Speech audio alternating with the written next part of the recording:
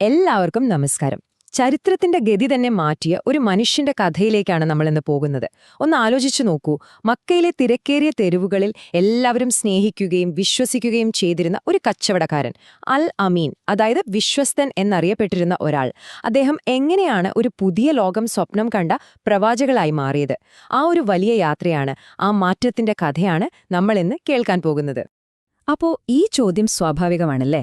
എല്ലാവരും ഒരുപോലെ വിശ്വസിച്ചിരുന്ന ഒരു കച്ചവടക്കാരൻ എങ്ങനെയാണ് ഒരു പ്രവാചകനായി മാറിയത്? ആ വലിയ മാറ്റം ശരിക്കും മനസ്സിലാക്കണമെങ്കിൽ നമ്മൾ ആദ്യം ആ വ്യക്തിയെ അറിയണം.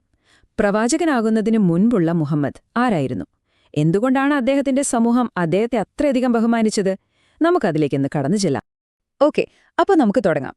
പ്രവാചകനാകുന്നതിനു മുൻപുള്ള മുഹമ്മദിന്റെ ജീവിതം AD 570 അദ്ദേഹം ജനിക്കുന്നത് മക്കയിലെ ഏറ്റവും പ്രശസ്തമായ ഖുറൈശി ഗോത്രത്തിൽ.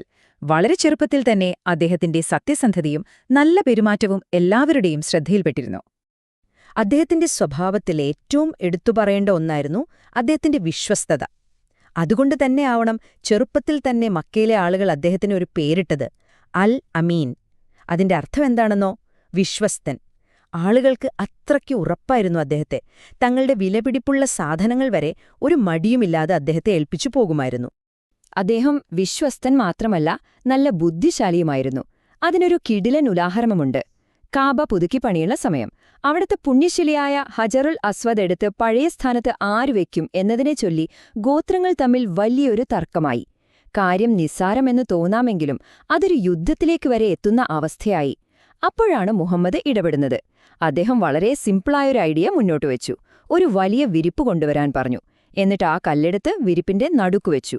എന്നിട്ടോ എല്ലാ ഗോത്രത്തലവന്മാരോടും ആ വിരിപ്പിന്റെ ഓരോ ഭാഗത്തും പിടിച്ച് ഒരുമിച്ച് ഉയർത്താൻ പറഞ്ഞു. എല്ലാവർക്കും സന്തോഷമായി. അവസാനം കല്ല് യഥാസ്ഥാനത്ത് വെക്കേണ്ട സമയമായപ്പോ അദ്ദേഹം തന്നെ അതെടുത്തുവെച്ചു. കണ്ടില്ലേ, ആ ഒരൊറ്റ ഐഡിയ കൊണ്ട് വലിയൊരു രക്തച്ചൊരിച്ചിലാണ് അദ്ദേഹം ഒഴിവാക്കിയത്.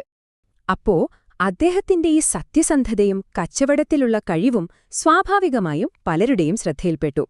അങ്ങനെയാണ് മക്കയിലെ ധനികയും വളരെ ബഹുമാന്യയുമായിരുന്ന ഖദീജയുടെ ശ്രദ്ധയിൽ അദ്ദേഹം പെടുന്നത്. അദ്ദേഹത്തിന്റെ സ്വഭാവത്തിൽ ആകർഷ്ടയായ അവർ അദ്ദേഹത്തോട് വിവാഹാഭ്യർത്ഥന നടത്തി. അങ്ങനെ അവർ വിവാഹിതരായി. പിന്നീട് വരാനിരിക്കുന്ന കഠിനമായ വഴികളിൽ അദ്ദേഹത്തിന്റെ ഏറ്റവും വലിയ ശക്തിയും പിന്തുണയും ഖദീജയായിരുന്നു.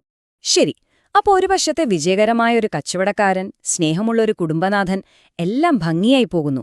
പക്ഷേ ഇതിനിടയിലും മുഹമ്മദിന്റെ ഉള്ളിൽ വലിയ ചില ചോദ്യങ്ങൾ ഉയർന്നുവരുന്നുണ്ടായിരുന്നു.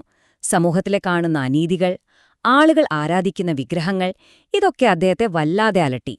ഒരു സമാധാനത്തിനു വേണ്ടി അദ്ദേഹം പലപ്പോഴും മക്കയിലെ തിരക്കുകളിൽ നിന്നെല്ലാം ഒഴിഞ്ഞ് അടുത്തുള്ള നൂർ പർവ്വതത്തിലെ ഹിറ എന്ന ഗുഹയിൽ പോയി ഒറ്റയ്ക്ക് ധ്യാനിക്കാൻ തുടങ്ങി. അങ്ങനെ വർഷങ്ങൾ കടന്നുപോയി. അദ്ദേഹത്തിന് 40 വയസ്സായപ്പോൾ പതിവ് പോലെ ഹിറ ഗുഹയിൽ ധ്യാനിച്ചിരിക്കുന്ന ഒരു ദിവസം. ആ ദിവസമാണ് അദ്ദേഹത്തിന്റെ ജീവിതം, അതുപോലെ ലോക ചരിത്രം തന്നെ എന്നേക്കുമായി മാറാൻ പോകുന്നത്. അവിടെ വെച്ച് ആ ഗുഹയുടെ നിശബ്ദതയിൽ അവിശ്വസനീയമായ ഒരു കാര്യം സംഭവിച്ചു. ജിബ്രീൽ എന്ന ദൈവദൂതൻ അദ്ദേഹത്തിനു മുന്നിൽ പ്രത്യക്ഷപ്പെട്ടു. അദ്ദേഹം ആകെ ഭയന്നുപോയി.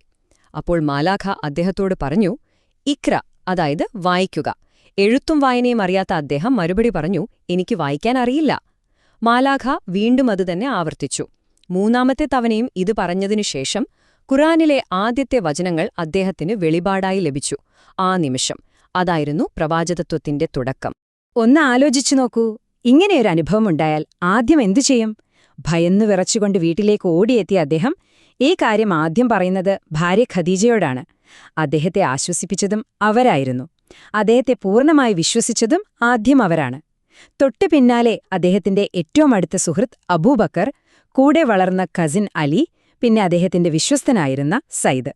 ഇങ്ങനെ ഏറ്റവും അടുത്തവരാണ് ആ സന്ദേശത്തിൽ ആദ്യം വിശ്വസിച്ചത്. അവരായിരുന്നു ആ പുതിയ വിശ്വാസ സമൂഹത്തിന്റെ ആദ്യത്തെ ആളുകൾ. അപ്പോ അടുത്ത ഘട്ടത്തിലേക്ക് കടക്കാം. പ്രബോധനവും അതിനെ തുടർന്നുണ്ടായ എതിർപ്പുകളും. തുടക്കത്തിൽ വിരലിലെണ്ണാവുന്ന ആളുകൾ മാത്രം വിശ്വസിച്ച ഒരു കാര്യം എങ്ങനെയാണ് മക്ക മുഴുവൻ ചർച്ച ചെയ്യുന്ന ഒന്നായി മാറിയത്? ആ യാത്ര ഒട്ടും എളുപ്പമായിരുന്നില്ല. വളരെ വലിയ എതിർപ്പുകളാണ് അവർക്ക് നേരിടേണ്ടി വന്നത്. ആദ്യത്തെ 3 വർഷം ഈ പ്രബോധനം വളരെ രഹസ്യമായിട്ടായിരുന്നു. അടുത്ത സുഹൃത്തുക്കളോടും കുടുംബാംഗങ്ങളോടും മാത്രം. ഒരു ചെറിയ രഹസ്യസംഘം. പക്ഷേ 3 വർഷത്തിനു ശേഷം ദൈവകൽപ്പന പ്രകാരം അദ്ദേഹം പരസ്യമായി ആളുകളോട് ഈ സന്ദേശം പറയാൻ തുടങ്ങി. അപ്പോഴാണ് പ്രശ്നങ്ങൾ തുടങ്ങുന്നത്. മക്കയിലെ ഭരണവർഗമായ ഖുറൈശികൾ ഇതിനെ ശക്തമായി എതിർക്കാൻ തുടങ്ങി. അപ്പോ എന്തുകൊണ്ടാണ് അവർ ഇത്രയധികം എതിർത്തത്? അതിന് പല കാരണങ്ങളുണ്ട്. ഒന്നാമതായി, പ്രവാചകന്റെ സന്ദേശം അവരുടെ വിഗ്രഹാരാധനയ്ക്കെതിരായിരുന്നു. അതവരുടെ പാരമ്പര്യത്തെ ചോദ്യം ചെയ്യലായിരുന്നു. രണ്ടാമതായി, എല്ലാവരും തുല്യരാണെന്ന ആശയം, അതായത് യജമാനനും അടിമയും പണക്കാരനും പാവപ്പെട്ടവനും എല്ലാം ഒന്നുതന്നെ. ഇതവിടുത്തെ സാമൂഹിക വ്യവസ്ഥയെ തന്നെ തകിടമറിക്കുന്ന ഒന്നായിരുന്നു. സ്വാഭാവികമായും ഇതെല്ലാം ഖുറൈശി പ്രമാണിമാരുടെ അധികാരത്തിനും പദവിക്കും ഒരുപോലെ ഭീഷണിയായി. ഈ എതിർപ്പ് വെറും വാക്തർക്കങ്ങളിൽ ഒതുങ്ങിയില്ല കേട്ടോ. അത് പതിയെ ക്രൂരമായ പീഡനങ്ങളിലേക്ക് മാറി. പ്രവാചകനും അദ്ദേഹത്തിൽ വിശ്വസിച്ച ആ ചുരുക്കം ആളുകളും വർഷങ്ങളോളം ഒരുപാട് സഹിക്കേണ്ടി വന്നു. ആ കാലഘട്ടത്തെയാണ് ത്യാഗങ്ങളുടെ വർഷങ്ങൾ എന്നു പറയുന്നത്. പീഡനങ്ങൾ സഹിക്കാൻ പറ്റാത്തൊരവസ്ഥ വന്നപ്പോ പ്രവാചകൻ തന്റെ അനുയായികളിൽ കുറച്ചുപേരോട് അബിസീനിയയിലേക്ക്, അതായത് ഇന്നത്തെ എത്യോപ്യയിലേക്ക് പലായനം ചെയ്യാൻ പറഞ്ഞു. അവിടുത്തെ ക്രിസ്ത്യൻ രാജാവ് നീതിമാനായിരുന്നു. എന്നാൽ മക്കയിൽ ബാക്കിയുള്ളവരുടെ അവസ്ഥ കൂടുതൽ മോശമായി. പ്രവാചകനെയും അദ്ദേഹത്തിന്റെ ഗോത്രമായ ബനൂ ഹാഷിമിനെയും ഖുറേഷികൾ ഒരുമിച്ച് ബഹിഷ്കരിക്കാൻ തീരുമാനിച്ചു. 3 വർഷത്തേക്ക്. അവരുമായി കച്ചവടം ചെയ്യാനോ വിവാഹബന്ധത്തിലേർപ്പെടാനോ പാടില്ല.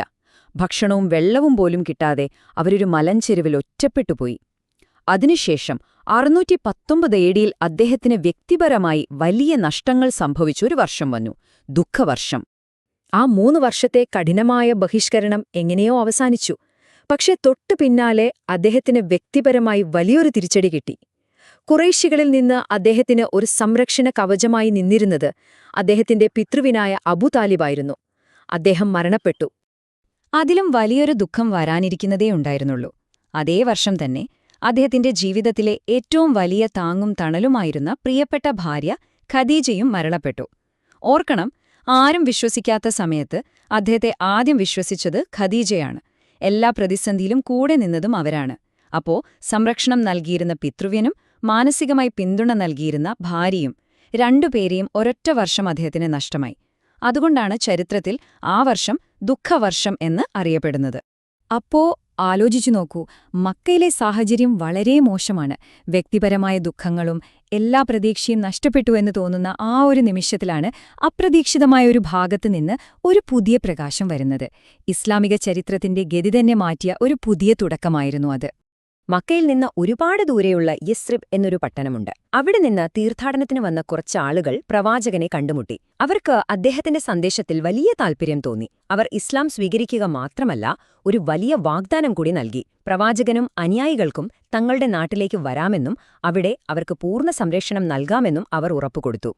ഈ ഉടമ്പടികളാണ് അഖബ ഉടമ്പടികൾ എന്നറിയപ്പെടുന്നത്. പിന്നീട് ഈ യസ്രിബ് എന്ന പട്ടണമാണ് മദീന എന്ന പേരിൽ പ്രശസ്തമായത്. ഈ സംഭവം ഖുറൈശികളെ ശരിക്കും ഭയപ്പെടുത്തി. മുസ്ലിങ്ങൾ ഒന്നൊന്നായി യസ്രിബിലേക്ക് പോകുന്നു. പ്രവാചകൻ കൂടി അവിടെ എത്തിയാൽ അവരൊരു വലിയ ശക്തിയായി മാറുമെന്ന് ഖുറൈശികൾക്ക് മനസ്സിലായി. അതോടെ അവർ അവസാനത്തെ കളി കളിക്കാൻ തീരുമാനിച്ചു: മുഹമ്മദിനെ വധിക്കുക. എല്ലാ ഗോത്രത്തിൽ നിന്നുമുള്ള ഓരോരുത്തർ ചേർന്ന് അദ്ദേഹത്തെ വധിക്കാൻ ഒരു രാത്രിയിൽ വീട് വളഞ്ഞു. പക്ഷെ ആ പദ്ധതിയെക്കുറിച്ചുള്ള വിവരം പ്രവാചകന് ലഭിച്ചിരുന്നു. അദ്ദേഹം തന്റെ കിടക്കയിൽ അലിയെ കിടത്തി ആരും കാണാതെ ആ വീട്ടിൽ നിന്ന് അത്ഭുതകരമായി രക്ഷപ്പെട്ടു. മക്കയിൽ നിന്ന് യസ്രിബിലേക്കുള്ള യാത്രയാണ് ചരിത്രത്തിൽ ഹിജ്റ എന്ന പേരിൽ അറിയപ്പെടുന്നത്. ഇതൊരിക്കലും ഒരു ഒളിച്ചോട്ടമായിരുന്നില്ല, മറിച്ച് ഒരു പുതിയ സമൂഹം കെട്ടിപ്പടുക്കാനുള്ള വളരെ തന്ത്രപരമായൊരു നീക്കമായിരുന്നു. അതുകൊണ്ടാണ് ഇസ്ലാമിക ചരിത്രത്തിലെ ഏറ്റവും പ്രധാനപ്പെട്ട സംഭവങ്ങളിലൊന്നായി ഹിജ്റയെ കണക്കാക്കുന്നത്. ഇസ്ലാമിക് കാലണ്ടർ തുടങ്ങുന്നതുപോലും ഈ സംഭവത്തെ അടിസ്ഥാനമാക്കിയാണ്. അപ്പോൾ നമ്മൾ ആദ്യം ചോദിച്ച ചോദ്യത്തിലേക്ക് തിരികെ വരാം. ഒരു പലായനം എങ്ങനെയാണ് ചരിത്രത്തിന്റെ ഗതി മാറ്റിയത്? ഹിജ്റയോടെ സംഭവിച്ചത് അതാണ്. മക്കയിൽ പീഡിപ്പിക്കപ്പെട്ടിരുന്ന, ഒരു ശക്തിയുമില്ലാതിരുന്ന ഒരു ചെറിയ സമൂഹം മദീനയിലെത്തിയതോടെ ഒരു പുതിയ രാഷ്ട്രത്തിന് തന്നെ അടിത്തറയിട്ടു. ചുരുക്കിപ്പറഞ്ഞാൽ, മക്കയിലെ ആ കഠിനമായ 13 വർഷത്തെ ത്യാഗങ്ങൾ മദീനയിൽ പിറവിയെടുക്കാൻ പോകുന്ന ഒരു പുതിയ ലോകത്തിന്റെ അടിത്തറയായിരുന്നു. ആ മദീനയിലെ ജീവിതത്തിന്റെ കഥ നമുക്ക് അടുത്ത ഭാഗത്തിൽ കേൾക്കാം.